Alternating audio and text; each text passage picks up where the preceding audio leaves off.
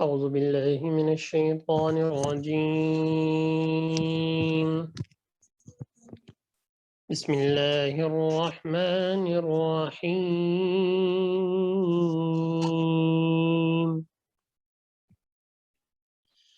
يا أيها الذين آمنوا لا تدخلوا بيوت النبي إلا أن يؤذن لكم إلى طعام غير ناظرين إناه ولكن إذا دعيتم فادخلوا فإذا طعمتم فانتشروا ولا مستأنسين لحديث إن ذلكم كان يؤذي النبي فيستحيي منكم والله لا يستحيي من الحق وإذا سألتموهن متاعا فاسألوهن من وراء حجاب ذلكم أطهر لقلوبكم وقلوبهن وما كان لكم أن تؤذوا رسول الله ولا أن تنكحوا أزواجه من بعده أبدا إن ذلكم كان عند الله عظيما صدق اللہ العظیم۔ پہلے ترجمہ دیکھیے، یا ایہا الذین آمنوا، اے ایمان والو، لا تدخلوا بیوت النبی الا ان یؤذن لکم الى طعام غیر ناظرین اناہ، نبی کے گھروں میں بلا اجازت داخل نہ ہو الا یہ کہ تمہیں کھانے پر آنے کی اجازت دے دی جائے، غیر ناظرین اناہ، وہ بھی اس طرح سے کہ تم ان کھانے کی تیاری کے انتظار میں نہ بیٹھو، ولیکن اذا دعیتم فادخلوا، لیکن جب تمہیں دعوت دی جائے تو جاؤ، یعنی نبی کے گھر میں داخل ہو جاؤ، فَإِذَا طَعِمْتُمْ فَانْتَشِرُوا، پھر جب کھانا کھا چکو تو اپنی اپنی راہ لے لو، منتشر ہو جاؤ، وَلَا مُسْتَأْنِسِينَ لِحَدِيث، اور باتوں میں جی لگا کر نہ بیٹھو، إِنَّ ذَلِكُمْ كَانَ يُؤْذِي النَّبِيَّ فَيَسْتَحْيِي مِنْكُمْ، حقیقت یہ ہے کہ اس بات سے نبی کو تکلیف پہنچتی ہے اور وہ تم سے کہتے ہوئے شرماتے ہیں، واللہ لا یستحیی من الحق، اور اللہ تعالی حق بات کہنے سے کسی سے نہیں شرماتا، وَإِذَا سَأَلْتُمُوهُنَّ، اور جب ان سے متاعًا، وَإِذَا سَأَلْتُمُوهُنَّ متاعًا، اور جب ان سے یعنی ازواج سے کوئی چیز مانگو، فَاسْأَلُوهُنَّ مِنْ وَرَاءِ حِجَابٍ، تو پردے کے پیچھے سے مانگو، یعنی پردے میں مانگو،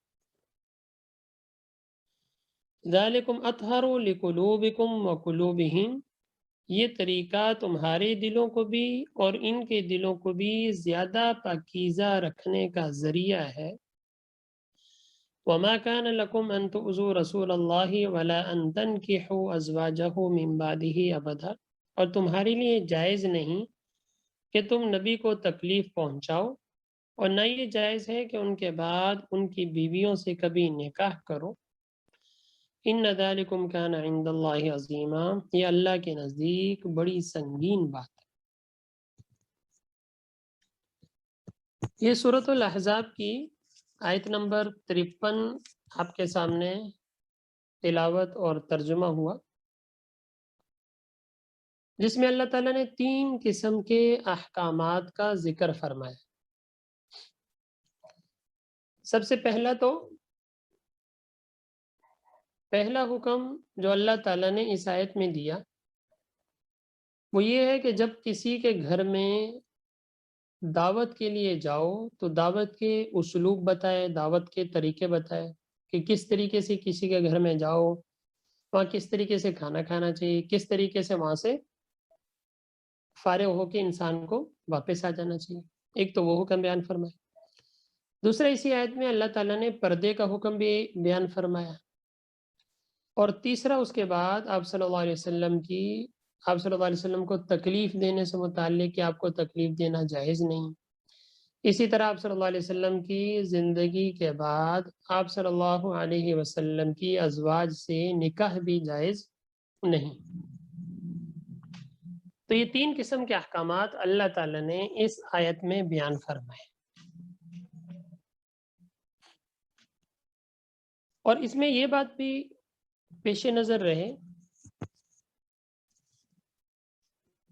کہ جہاں بھی اللہ تعالیٰ نے آپ صلی اللہ علیہ وسلم کو جس طرح اس آیت میں خطاب فرمایا، اسی طریقے سے جہاں صحابہ کو کسی خاص صحابی کو خطاب ہے یا کسی ازواج کو خطاب ہے، تو اس سے مراد صرف یہ نہیں ہے کہ یہ حکم صرف انہی کے ساتھ خاص ہے، نہیں، بلکہ یہ تو امت کو سکھانے کے لیے اللہ تعالیٰ نے تعلیم دی کہ جس طرح اس آیت میں آپ صلی اللہ علیہ وسلم کے گھر والوں کا ازواج کو، اسی طرح صحابہ کو خطاب ہے، تو یہ مطلب نہیں ہے صرف حکم ان کے لیے تھا، وہ تو پاکیزہ لوگ تھے، اصل حکم تو امت کو سمجھانا تھا۔ تو یا تو وہ کام نبی سے، آپ صلی اللہ تعالیٰ نبی کو بھیجتے ہیں، نبی سے وہ کام کروایا جاتا ہے، پھر اس پہ کوئی حکم اللہ تعالیٰ نازل فرماتے ہیں۔ اگر وہ ایسا کام ہے جو نبی کے شایان نہیں ہے، تو پھر وہ صحابہ سے یا جو ان کے پیروکار ہوتے ہیں ان سے کروایا جاتا ہے، اس پہ پھر کوئی آیات نازل ہوتی ہے۔ اس میں کوئی عیب کی بات بھی نہیں ہوتی کہ انہوں نے کچھ برا کر دیا، نہیں، انہوں نے برا نہیں کیا، یہ تو حکم سمجھانے کے لیے یہ واقعہ ہوا، اور اللہ تعالیٰ نے پھر اس پہ آیات نازل فرمائی۔ تو اس آیت میں بھی اللہ تعالیٰ نے ایک خاص موقع پر، جب حضرت زینب بنت جحش رضی اللہ تعالیٰ عنہ آپ صلی اللہ علیہ وسلم کے نکاح میں آئیں، تقریباً یہ 5 ہجری کا واقعہ ہے، نکاح میں یہ تو آپ صلی اللہ علیہ وسلم نے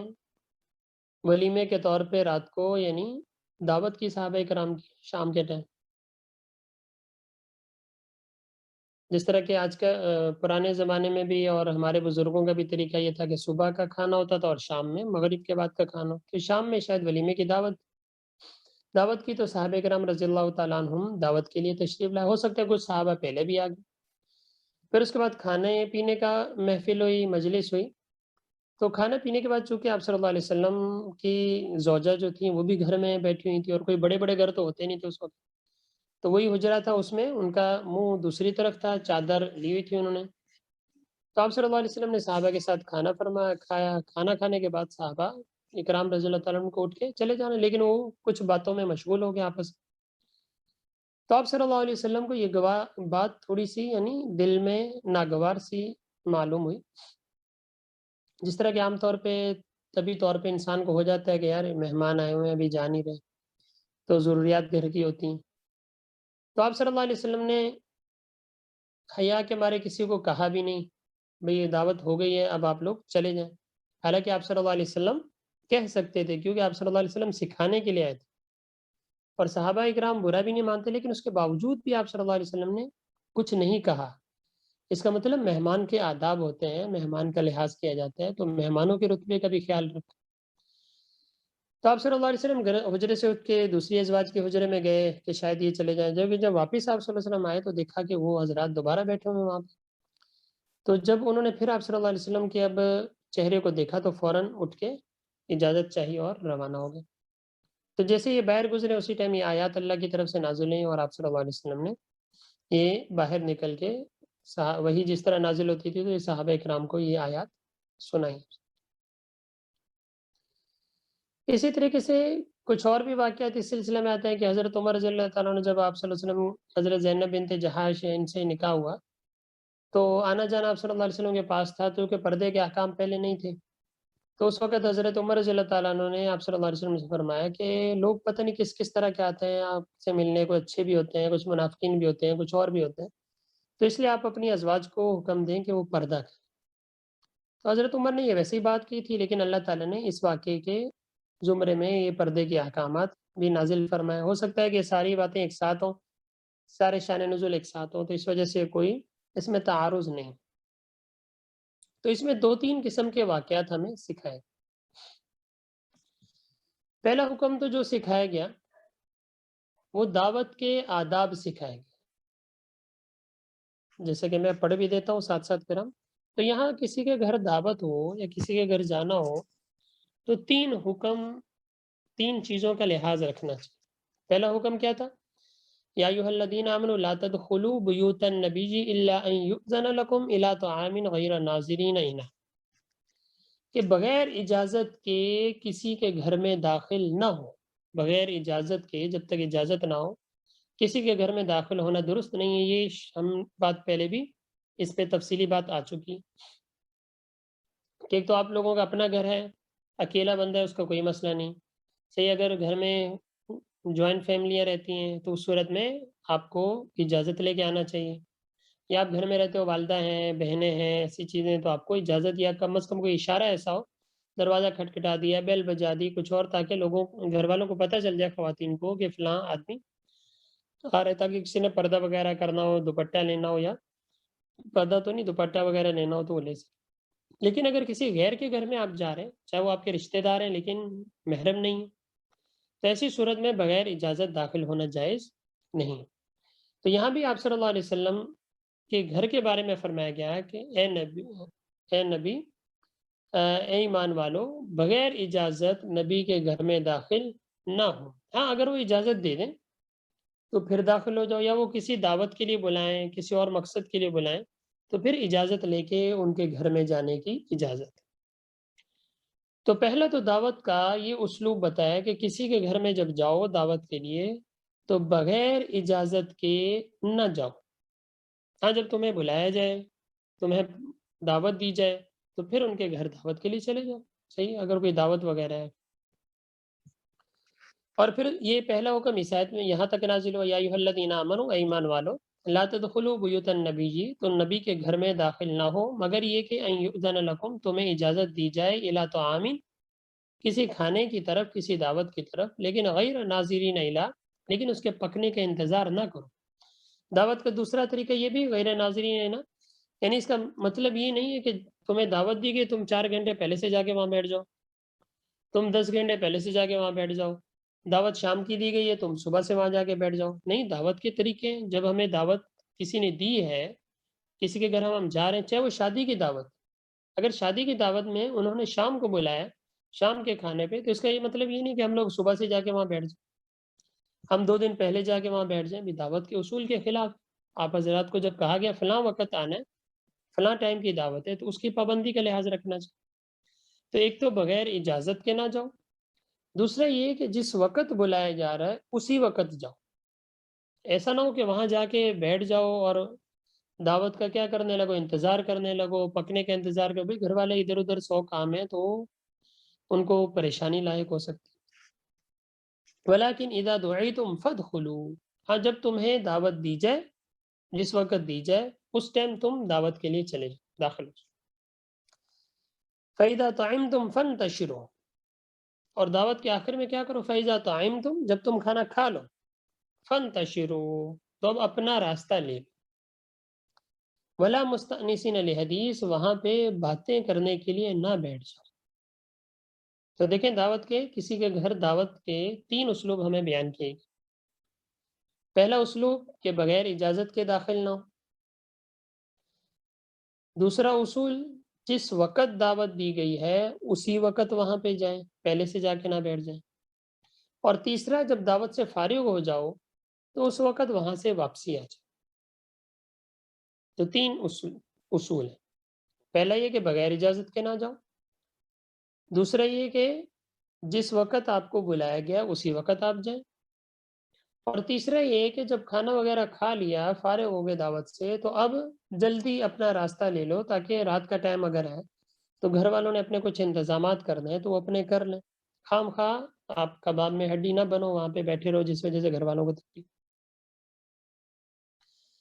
تو یہ تو قرآن مجید کی آیات میں ہمیں یہ اسلوب بتائے گئے، لیکن یہ اس وقت ہے جب کہ آپ سمجھتے ہو کہ واقعی گھر والوں کو تکلیف ہوگی، بے تکلفی نہیں ہے۔ بعض اوقات ہوتا ہے کہ جس طرح کوئی دعوت ہے، کوئی شادی ہے، کوئی اور مسئلہ ہے، تو کچھ لوگوں کو پہلے سے انوائٹ کر لیا جاتا ہے، جس طرح بہنیں وغیرہ ہیں، کوئی ایسے، تو اگر اس طرح کی بے تکلفی ہے تو پھر کچھ نہیں ہے، ان کو پتہ، آپ کو پتہ ہے کہ میری ضرورت ہے، تو آپ پہلے سے بھی جا سکتے ہیں، کوئی مسئلہ نہیں۔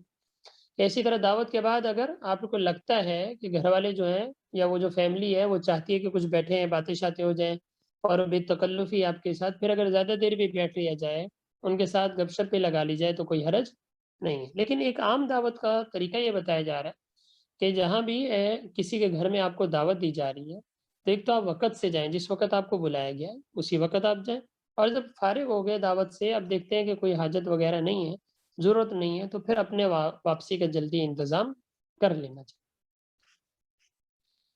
لیکن دیکھا جائے ہمارے معاشرے میں اس چیز کا بڑا بگاڑ ہے جس کو درست کرنے کی ضرورت ہے۔ ہم اپنی شادیوں میں اگر دیکھ لیں، خاص طور پہ ہمارے پاکستان میں شادیوں میں کیا حال ہوتا ہے، کس وقت دعوت دی جاتی ہے، لوگ کس وقت پہنچتے ہیں، پھر کیا حال ان کے ساتھ ہوتا ہے، عجیب، یعنی 4 4 گھنٹے 5 5 گھنٹے شادیوں میں دعوت میں برباد ہو جاتے ہیں۔ اب یہاں غلطی میزبان کی بھی ہے، یہاں غلطی مہمان کی بھی ہے۔ میزبان بھی جو دعوت پہ بلا رہے ہیں، بھئی آپ نے اگر کھانے کا وقت آپ نے 11 بجے رکھا ہے، کھانے کا وقت آپ نے 10 بجے رکھا ہے، تو آپ کارڈ پہ 10 بجے کا وقت لکھیں نا۔ آپ نے کارڈ پہ لکھ دیا 7 بجے، 7 بجے گیدرنگ ہے، 8 بجے ڈنر کھانے کا ٹائم آپ نے لکھ دیا۔ اب اگر کوئی آدمی ٹائم سے جا رہا ہے 8 بجے، وہ وہاں پہنچ گیا، بھی کھانے کا ٹائم 8 بجے ہے، 7:30 پہنچ گیا، دیکھا ہال خالی سارا۔ جی کھانا کب لگے گا؟ کھانا تو لگے گا 11 بجے۔ اب کھانا 11 بجے لگے گا، 7:30 سے بندہ جو ٹائم سے آیا ہوا ہے وہ 3.5 گھنٹے اس کے وہاں پہ برباد ہو گئے سارے۔ اور دوسرا، آپ نے غلط بیانی کی، جھوٹ بولا۔ آپ نے کارڈ میں لکھا ہے کہ بھئی کھانے کا ٹائم 8 بجے ہے، تو جب 8 بجے تو 8 بجے کھانا سٹارٹ ہونا چاہیے نا۔ اگر 8 بجے آپ نے سٹارٹ نہیں کیا، اس کا مطلب آپ نے لکھا غلط، جھوٹ بولا۔ آپ جو زبان کی ہے آپ اس زبان کے خلاف گئے، آپ نے ایک وعدہ کی، آپ نے وعدہ خلافی کی، تو کتنے سارے گناہ یہاں پہ اگر جمع ہو جائیں گے تو شادی میں برکت کہاں سے آئے گی؟ اور دوسرا، جو مہمان ہیں ان کو بھی ان کا کلچر اصل میں بنا ہوا ہے نا، یہ کلچر ہم لوگوں نے چینج کرنا۔ ان کو پتا ہے کہ 8 بجے کا ٹائم ہے، اس کا مطلب 11 بجے سے پہلے کھانا نہیں لگے گا۔ اب کوئی 10:30 آ رہا ہے، کوئی 10 بجے آ رہا ہے، کوئی کتنے بجے آ رہا ہے، اور کھانا جو ہے وہی 10:30 11 بجے جا کے 12 بجے جا کے کھانا لگا۔ جی اب بارات نہیں آئی، بارات کا اگر مسئلہ ہے وہ دیر ہو گئی، ان کو بھی چاہیے جب آپ نے وقت دیا ہوا ہے بارات نے، بھئی ہم نے 8 بجے پہنچ جانا ہے، تو بارات والوں کو چاہیے 8 بجے پہنچ جائے۔ اب جی بارات نے ٹائم دیا 8 بجے، اب لڑکی والے سارے انتظار کر رہے ہیں، وہ لوگ آ رہے ہیں رات کو 11 بجے، 11 بجے آئیں گے، پھر اس کے بعد کھانا وانا، پھر اس کے بعد واپسی ان کا، اور رات کو 2 3 تو بج گئے، آپ کی ساری رات برباد ہو گئی۔ یہ تو شکر ہے تھوڑی سی پابندی ہے آج کل، وگرنہ بڑے حالات خراب ہیں، بڑے مسائل ہمارے ساتھ ہیں۔ کتنی وعدہ خلافیاں، کتنی ناانصافیاں دونوں طرف سے ہو۔ اگر کوئی بندہ وقت سے پہنچ جاتا ہے تو اس کے 3 4 گھنٹے تو چلے گئے۔ ہمارے بزرگ پھر ایسی شادیوں پہ نہیں جاتے، کہ آپ نے جو وقت دیا اسی وقت کا لحاظ رکھیں، اور کرنا چاہیں، لوگ کہتے ہیں نہیں ہو سکتا، میں کہتا ہوں کرنا چاہیں ہو سکتا ہے۔ ہم نے اپنے اکابر کو دیکھا، ہم نے اپنے بزرگوں کو دیکھا کہ وہ جو وقت دیتے تھے بالکل ایگزیکٹ ٹائم، اور ان کے بھلے ہی خاندان والے نہیں آئے، ایک دفعہ آپ نے دعوت اپنی چلا دی، دوبارہ سارے وقت پہ پہنچے ہوں گے۔ ہمارے ماشاءاللہ شیخ الاسلام صاحب، مفتی رفیع عثمانی صاحب، مفتی تقی عثمانی صاحب، ان حضرات کا مزاج ہم نے دیکھا، جہاں دعوت ہے 10 بجے کا ٹائم ہے، سارا خاندان 10 بجے ہے ان کا، 10 بج کے 5 منٹ نہیں۔ طریقہ ہے نا، آپ پابندی جب کرو گے، پابندی کرواؤ گے، سب کو پتہ ہے۔ اور میں اپنی شادی کا اگر میں بتاؤں، ہماری شادی کا، میری شادی جب ہوئی ہے تو ہم لوگوں نے اس ٹائم یعنی ٹائم فکس رکھا، میں نے کہا جو ٹائم دیا ہوا ہے اسی ٹائم کھانا کھل جائے۔ ہم نے 10:30 کا غالباً ٹائم دیا ہوا تھا کھانے کا، بھائی جو ٹائم ہے ٹھیک ہے، 10:30 اگر سارے فارغ ہو جائے، 10:30 کا ہم ٹائم ہی اتنا دیں، ہم 7 بجے کیوں لکھیں؟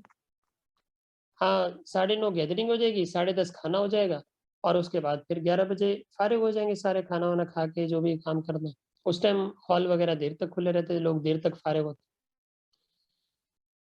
اور ایسا ہی ہوا، سب کو میں نے کہہ دیا تو ٹائم سے آپ لوگ پہنچیے گا، کھانا جو ہم نے ٹائم لکھا ہے اسی پہ ہم سٹارٹ کر دیں گے۔ 10:30 بجے ہمارے ایک بہت بڑے استاد ہیں جو سمجھے میری دعوت میں مہمان خصوصی بھی تھے، وہ تھوڑا لیٹ ہو گئے۔ میں نے استاد جی سے 5 منٹ پہلے 10:15 کال کی، میں نے کہا استاد جی آپ حضرات پہنچے نہیں، تو استاد جی نے فرمایا بھائی ہم تھوڑا سا لیٹ ہو گئے، آپ اپنے ٹائم سے کھانا سٹارٹ کر دیں، ہم پہنچ جائیں۔ حالانکہ جو مہمان خصوصی تھے ہمارے، اور اسی طرح ہم نے وہاں بھی کہہ دیا تھا اپنے ولیمے میں، میں نے سسرال والے بھی میرے بھی ہم ٹائم سے شروع کر دیں گے, آپ لوگ ٹائم سے پہنچے ہیں نا, اور ماشاءاللہ پابندی کی انہوں نے بہترین انداز, اور ٹھیک 10:30 سے 2-4 منٹ پہلے کھانا سٹارٹ ہو گیا. بالکل ایسا کرنا چاہے ہو سکتا ہے. اب میں اپنی شادی میں جب ہم نے بارات لے کے جانی تھی تو ہم نے ان کو ٹائم دیا تھا ہم 9 بجے پہنچ جائیں گے, حالانکہ سفر لمبا تھا, اور ہم فکس ٹائم پہ ٹھیک 9 بجے ہم وہاں پہ شادی ہال میں, مثلا یہاں سے انتظامات ایسے کیے بہترین انداز سارے بالکل ٹھیک فکس ٹائم پہ. اور ہمارے ویسے ہی خاندان میں ادھر ادھر سارے مشہور تھا بھائی ٹائم کی پابندی ہوتی ہے, ٹائم کے پابند ہیں, یہ ٹائم سے ادھر ادھر نہیں ہو, اور ان کے خاندان کو بھی پتہ تھا, اس وجہ سے ساری چیزیں ٹائم سے, سب کو سہولت بھی اسی ٹائم آئے, ٹائم بچا, ساری چیزیں ہو گئی, معاملات ماشاءاللہ سارے اس طریقے سے ہو گئے. لیکن دیگر شادیوں میں دیکھا جائے تو ان لوگوں کو, ہم لوگوں کو پابندی کرنی چاہیے. آپ یا تو ٹائم پھر وہی لکھو جس ٹائم آپ کھانا کھلا رہے, یا پھر آپ غلط بیانی نہیں کیوں اور آپ صحیح ٹائم لکھو. کہیں بھی کوئی دعوت ہے یا یہ عام ٹائم ہے, اسی طرح کسی اور چیز کی دعوت ہے. ایک جگہ میں دعوت میں گیا, ہمارے اساتذہ سارے ساتھی جمع ہو رہے تھے, تو دعوت جی ہمیں دی گئی 8:30 بجے, آپ حضرات تشریف لائیں. ہم نے کہا جی بالکل ٹائم میں پابند ہوتا ہوں. میں 8:30 بجے وہاں پہنچا, جی پتہ چلا جی کوئی نہیں. میں نے کال کی, جی پہنچنے والے ہیں ساتھی. میں نے کہا جی آپ حضرات نے ٹائم 8:30 کا دیا تھا, تو یہ تو آپ نے وقت یعنی ٹائم اوپر ہو گیا, یہ تو اب کب آپ پہنچیں گے, کب انتظامات ہوں گے, یہ تو 10-11 بج جائیں گے. میں نے کہا میں مشکل ہوگا. تو اسی ٹائم میزبان پہنچے, میں نے پھر ان سے معذرت کی. میں نے کہا بھی میری اتنی خوشی میں آپ نے دعوت کی, میں آیا, لیکن یہ کہ میں معذرت ہوں, اگر اس طریقے سے تو آپ لوگ تو 11 بجے تک فارغ ہونا مشکل ہے, تو میں اس لیے میں شرکت نہیں کر سکوں گا. پھر میں نے اجازت لی, ان سے اجازت لے کے میں اپنے جو گھر پہنچ گیا, وہاں کام تھے دیگر چیزیں, میں وہاں پہ چلا گیا. تو اگر ایک آدھ دفعہ ہم لوگ خود اس طرح کر دیں گے, یا یہ ہے کہ ہم اپنی دعوتوں کو نمونہ بنائیں, تو یہی بہترین مثال ہے نا ہمارے لیے. تو یہ آیت بھی ہمیں یہ حکم دے رہی ہے کہ نہ اپنا وقت ضائع کرو, نہ دوسرے کا وقت ضائع کرو. جو بھی آئے اس کو دعوت ٹائم بتائیں کہ اس ٹائم آنا ہے, اور اس ٹائم تک آپ بھی پھر انتظامات کر کے رکھیں, تاکہ اگلے بندے کا حرج بھی نہ ہو, آپ کا بھی حرج نہ ہو. یہ سارے ہمیں اسلام آداب سکھاتا ہے, اگر ہم نہیں سیکھیں گے کون سکھائے گا. تو دیکھیں, ایک تو میں نے مختصراً یہ بیان فرمایا کہ اس میں ایک تو اس چیز کا حکم دیا گیا کہ نبی کے گھر میں, یا اور مسلمانوں کو حکم دیا کسی کے گھر میں بغیر اجازت داخل ہونے کی اجازت نہیں. ہاں اگر کوئی دعوت وغیرہ ہے, کوئی ایسی چیز ہے, تو جس وقت آپ کو بلایا گیا ہے, آپ اس وقت داخل ہو,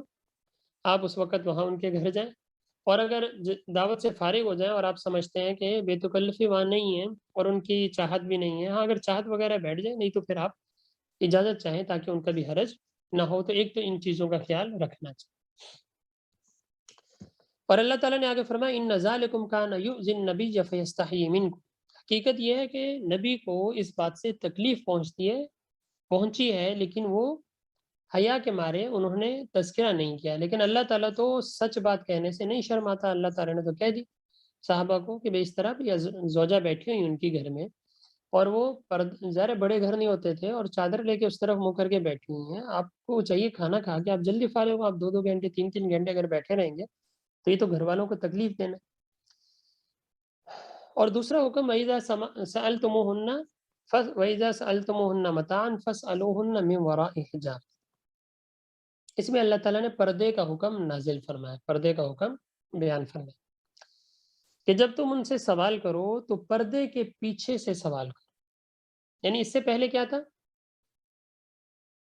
یہ کافی تفصیلی بات آ جائے گی پردے کے احکام سے متعلق. میں مختصراً آپ سے عرض کر دیتا ہوں. تفصیل اگر کسی نے دیکھنی ہو تو اس کی معرفت القرآن میں بھی دیکھ سکتے ہیں. مفتی شفیع صاحب رحمۃ اللہ علیہ کا الگ سے خلاصہ بھی ہے پردے کے, پورا رسالہ ہے, تو اس کو بھی آپ دیکھنا چاہیں تو وہ بھی دیکھ سکتے ہیں. دیکھیں, ایک تو ہے سطر کا حکم. سطر یعنی وہ حصہ جس کا مردوں کو عورتوں کو چھپانا فرض ہے. سے مردوں کا حصہ ناف سے لے کے گھٹنوں تک, عورتوں کا پورا جسم سطر ہے سوائے چہرے ہتھیلیوں کے, یہ سطر نہیں. تو سطر کا چھپانا تو ہر انسان کے لیے فرض ہے, ضروری.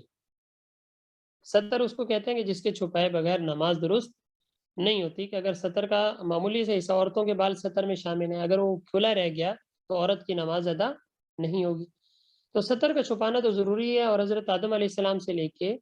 آج تک یہ روایت بھی چلی آ رہی ہے, اور آداب بھی ہے, اسلوب بھی ہے, اور مہذب گرانوں کی روایت بھی ہے کہ سطر کو چھپایا جاتا ہے، ایسے بے پردہ ننگے پھرنا کوئی بھی مہذب معاشرہ اس کی اجازت ہمیں نہیں دیتا۔ تو ایک تو سطر کا حکم ہے، وہ تو چھپانا ہر انسان کو کیا ہے، ضروری ہے۔ دوسرا حکم ہے کہ چہرہ اور ہتھیلیاں، آپ کا چہرہ اور ہتھیلیاں، آیا دوسرا پردے کا حکم ہے کہ یہ پردے میں شامل ہیں کہ نہیں ہے۔ تو اس بارے میں بھی سمجھ لیں کہ یہ چیزیں پردے میں شامل ہیں، مطلب یہ کہ غیر محرم کے سامنے ان چیزوں کو کھولنے کی اجازت نہیں ہے۔ کہ پہلے معمول یہ تھا، جس طرح حضرت شعیب علیہ السلام کا آپ نے واقعہ سنا ہوگا کہ ان کی بیٹیاں جب موسیٰ علیہ السلام وہاں پہنچے کنویں پہ، دیکھا تو وہ پانی کے لیے کھڑی ہیں لیکن ہٹ کے کھڑی ہیں۔ اس کا مطلب وہ بھی اس زمانے میں بھلے پردے کا حکم اتنا نہیں تھا، لیکن ایک مہذب معاشرہ کہ وہ بیچ میں مردوں کے نہیں آ رہی ہیں، وہ پردہ کر کے کھڑی ہوئی ہیں۔ تو شعیب علیہ السلام نے ان سے پھر پوچھا، پھر ان کو پانی بعد میں نکال کے دیا، ان کے جانوں نے پیا۔ تو یہ سمجھ میں آتا ہے کہ یہ حکم یعنی کچھ حکم تو پہلے سے تھا، اور اسی پہ صحابہ کرام رضی اللہ تعالیٰ عنہ کا بھی معمول تھا، لیکن چہرہ وغیرہ اس چیز کے پردے کا حکم نہیں تھا۔ یہ جب 5 ہجری میں غالباً 5 ہجری میں، پھر اس وقت یہ اسی موقع پہ یہ جب حضرت زینب بنت جحش رضی اللہ تعالیٰ عنہ سے نکاح ہوا تھا، تو اس وقت یہ حکم بھی نازل ہوا۔ اور دوسرا جس طرح شان نزول میں نے بیان فرمایا کہ حضرت عمر رضی اللہ تعالیٰ عنہ نے فرمایا تھا آپ صلی اللہ علیہ وسلم سے کہ اب آپ کی ازواج، کیونکہ ہر قسم کے لوگ آپ کے پاس آتے ہیں، تو ازواج مطہرات پاکیزہ ہیں، لہذا ان کو پردہ کرنا چاہیے تاکہ غیروں کی نظریں ان پہ نہ پڑیں۔ تو اس وقت یہ آیات کیا ہوئی تھی، نازل ہوئی تھی کہ مومنین سے خطاب کیا گیا کہ اگر ازواج مطہرات سے کوئی بات کرنی ہے، کبھی کوئی نوبت پیش آ بھی جائے، تو اب پردہ کر کے کرنا، یعنی مطلب یہ کہ پردے کے پیچھے سے بات۔ اور عورتوں کو حکم دیا گیا کہ تم پردہ کرو۔ سے پردے میں اس زمانے کے لحاظ سے یعنی حکم دیا گیا، جس طرح کی اگلی آیت بھی آ جائے گی کہ چادر بڑی لے لیں، اول تو گھر میں رہے۔ عورت کا کام کہاں ہے، گھر میں رہنا ہے، باہر خام کا نکلنا یہ عورت کا کام نہیں ہے۔ تو شعیب علیہ السلام کی جو بیٹیاں تھیں اس وقت سے دیکھیں نا، پچھلے اگر ہم واقعات دیکھتے ہیں کہ ان کی بیٹیاں بھی انہوں نے 2 عذر پیش کی۔ ایک تو کہا کہ مرد ہیں اس وجہ سے ہم آگے نہیں آئیں، اور دوسرا کہا ہمارے والد بوڑھے ہیں۔ اس کا مطلب یہ باہر کے کام عورتوں کے نہیں، یہ مردوں کے کام۔ جب مردوں کے کام ہے، باہر کے کام مرد کریں گے، اور خواتین کا کام ہے کہ گھر میں رہیں، باپردہ رہیں۔ گھر میں رہیں گی، کسی غیر محرم کی نظر ہی نہیں پڑے گی، تو لہٰذا پردے کی ضرورت نہیں۔ ہاں اگر باہر جانا پڑ جائے، کبھی کوئی ضرورت پیش آ جائے، کبھی بات کرنی پڑ جائے، دروازے پہ کوئی آ جائے، تو اس وقت حکم دیا گیا کہ پردے کے پیچھے سے بات کریں۔ اب پردہ آیا کس چیز کا ہے، پورے جسم کا پردہ ہے یا چہرہ اور ہتھیلیاں اس میں داخل ہیں؟ باقی ائمہ تو اس بات پہ متفق ہیں بھئی چہرے کا بھی پردہ ہے، چہرے کا بھی کیا ہے، پردہ ہے۔ جس طرح ساری چیزوں کا پردہ ہے، تو غیر محرم چہرے پہ بھی نظر نہیں ڈال سکتا، ہتھیلیوں پہ نظر نہیں ڈال سکتا، دستانے پہننے بھی ضروری ہیں۔ باہر نکلے تو یا تو بڑی چادر لے لیں، ایک آنکھ ہلکی سی کھلی رہے، یا یہ کہ آج کل جس طرح جالی والا پردہ ہے، یا آج کل برقع جو آگے ہم ڈال لیتے ہیں وہ، یا آج کل پورا نقاب ہے اور اوپر آپ گلاسز وغیرہ یا اس طرح کوئی چیز لگا لیتے ہیں، تو چہرہ چھپانا بھی ضروری ہے۔ ہاں امام ابو حنیفہ رحمۃ اللہ علیہ نے صرف چہرہ کھولنے کی اجازت دی ہے، لیکن وہ بھی انہوں نے کہا ہے جب فتنے کا خوف ہو تو تب کھولنا جائز نہیں۔ اور آج کل دور ہی فتنے کا ہے، آج کل دور ہی ایسا ہے فتنے کا۔ جب فتنے کا دور ہے، فتنہ شروع ہی چہرے سے ہوتا ہے، فتنہ شروع ہی آنکھوں سے ہوتا ہے۔ جب یہ سبب ہے فتنے کا، تو لہٰذا اصل جو سبب ہے اس کو بھی بند کر دینا چاہیے۔ تو امام ابو حنیفہ رحمۃ اللہ علیہ کا بھی اگر مسلک ہم لوگ دیکھیں تو ان کے مطابق بھی چونکہ آج کل فتنہ ہے، تو لہٰذا چاروں ائمہ اس بات میں متفق ہیں کہ چہرے کا پردہ کرنا بھی ضروری ہے، لہٰذا چہرے کا پردہ بھی اس آیت کے حکم میں شامل ہے۔ ہاں جب کسی اور سے، ہاں یہ کب ہے، میں نے کہا جب عورت کو ضرورت کے طور پہ گھر سے کبھی باہر نکلنا پڑے، یا گھر میں کوئی ایسی مجبوری آ جائے کہ عورت کو باہر کسی سے بات کرنی ہے، کوئی آ جاتا ہے، تو پردے کے پیچھے سے بات کریں۔ اب چہرہ کھولنے کی ان چیزوں کی عورت کو اجازت نہیں۔ کیوں؟ اللہ تعالیٰ نے حکم فرمایا کہ اس میں تمہارے دلوں کی بھی پاکیزگی ہے اور ان کے دلوں کی بھی پاکیزگی۔ اب لوگ یہ سیکولر لوگ، یہ اس طرح کے لوگ، بھئی آنکھوں کا پردہ ہونا چاہیے، حیا ہونی چاہیے، یہ کیا پردہ ڈال لیا، یہ ڈال لیا، بھئی ان کو سمجھایا جائے بھئی دیکھو جن لوگوں سے یہ خطاب ہے وہ کون ہے پتہ ہے، صحابہ اکرام رضی اللہ تعالیٰ عنہ، ان سے پاکیزہ لوگ کوئی مل سکتے ہیں۔ اور جن عورتوں کو اس آیت میں حکم دیا گیا وہ ازواج مطہرات ہیں، کہ جو پاک لوگ ہیں، پاکیزہ لوگ ہیں، جن کے دلوں میں اللہ نے فرمایا ذرہ برابر بھی ایسی بات نہیں آ سکتی۔ جب ان لوگوں کو حکم دیا گیا کہ پردہ کرو، پردے کے بغیر یہ، ورنہ تمہارے دلوں کے اندر کچھ بھی باتیں آ سکتی ہیں، جب ان کو حکم دیا گیا تو ہم کون ہوتے ہیں اس چیز پہ اعتراض کرنے میں؟ ہم کون ہوتے ہیں کہنے والے آنکھوں کا پردہ ہونا چاہیے؟ ہم کون ہوتے ہیں کہنے والے دل صاف ہونے چاہیے؟ جب اللہ تعالیٰ یہ حکم دے رہا ہے، اللہ تعالیٰ یہ فرما رہے ہیں کہ یہ فتنے کا سبب ہے، یہ ان چیزوں کا سبب ہے، تو ہم کیسے کہہ سکتے ہیں بھی دل کا؟ بھائی پردہ تو نظر کا ہونا چاہیے، پردہ تو دل کا ہونا چاہیے، یہ کہ چہرہ چھپانے کی ضروری تھوڑی ہے، حیا تو آنکھوں میں ہونی چاہیے۔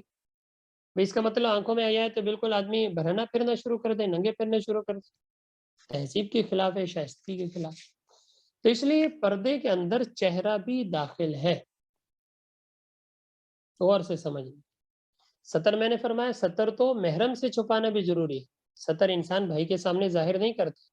ستر جو ہے والد کے سامنے ظاہر نہیں کرتا، بغیر ستر کھلا ہوگا نماز بھی درست نہیں، ایک ستر۔ دوسرا پھر چہرہ وغیرہ اگر کوئی محرم کے سامنے والد ہیں، بھائی ہیں، شوہر ہیں، دیگر آپ کے چچا ہیں، صحیح، آپ کے یہ اسی طریقے سے آپ کی خالہ ہیں، تو ان کے سامنے پردہ نہیں ہے، لہٰذا چہرہ کھلا رہے کوئی مسئلہ نہیں۔ لیکن تیسرا حکم پھر جو غیر محرم ہے، تو غیر محرم کے سامنے پردے، چہرے کا بھی پردہ ہے، باقی جسم کا تو ہے ہی، چہرے کا بھی پردہ ہے، لہذا پردہ ہم کریں گے تو تب ہم فتنے سے بچ سکتے ہیں۔ اور کچھ لوگ کہتے ہیں جی شرعی پردہ، نہیں، شرعی پردہ کیا ہوتا ہے؟ جو پردہ ہے وہ پردہ ہے، ہر مہذب معاشرہ سمجھتا ہے کیا پردہ ہے۔ کوئی بھی معاشرہ ہے آج سے، جب اسلام سے پہلے بھی اگر دیکھا جائے، کوئی بھی معاشرہ یہ پسند نہیں کرتا کہ وہ دوسروں کے سامنے ایسے بے حجابانہ پھریں، جس طرح کہ آج کل یہ غیر قومیں جو ہیں، اس طرح کے لوگ جو ہیں وہ مسلمانوں میں اس طرح کی چیزیں دلوں میں ڈال کے بے پردگی کو، فحاشی کو، ان چیزوں کو عروج دینا چاہ رہے ہیں۔ تو لہذا ان کی باتوں میں آنے کے بجائے اپنے مسلمانوں کو تھوڑے ہوش کے ناخن لینے چاہیے کہ سارا فتنہ یہیں سے شروع ہوتا ہے۔ دیکھیں سد ذرائع جس کو کہا گیا، اسباب، مثال کے طور پہ کسی عورت کا جسم دیکھنا جائز ہے؟ ناجائز ہے بالکل۔ اصل حکم تو زنا کرنا حرام ہے نا، زنا، لیکن اگر کوئی اس طرح کی حرکت کرے گا تو اگلے فتنے میں بھی تو مبتلا ہو جائے گا نا، اس لیے جسم دیکھنا منع کر دیں۔ اسی طرح اگر چہرہ دیکھا جائے گا تو اگلا گناہ بات چیت کا ہم شروع کریں گے، اگلا گناہ ملاقاتوں کا شروع کریں گے، اگلا گناہ دیگر چیزوں کا شروع کریں گے۔ تو پہلے ہی سد ذرائع کے طور پہ چہرے کو بھی کیا کر دیا گیا؟ منع کر دیا۔ تو اس وجہ سے آگے فتنے نہ پھیلیں، آگے آزمائش میں مبتلا نہ ہو، تو شریعت پہلے سے ان چیزوں کو کیا کر دیتی ہے؟ منع۔ اس وجہ سے چہرے کا پردہ بھی اس حکم میں کیا ہے؟ داخل۔ تو دیکھیں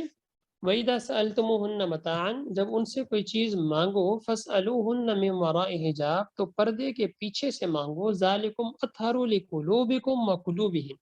اس میں تمہارے دلوں کے لیے بھی پاکیزگی ہے اور ان کے دلوں کے لیے بھی پاکیزگی۔ جب اتنے مہذب لوگوں سے یہ کہا گیا ہے تو ہم اور آپ کون ہوتے ہیں اس چیز کو رد کرنے؟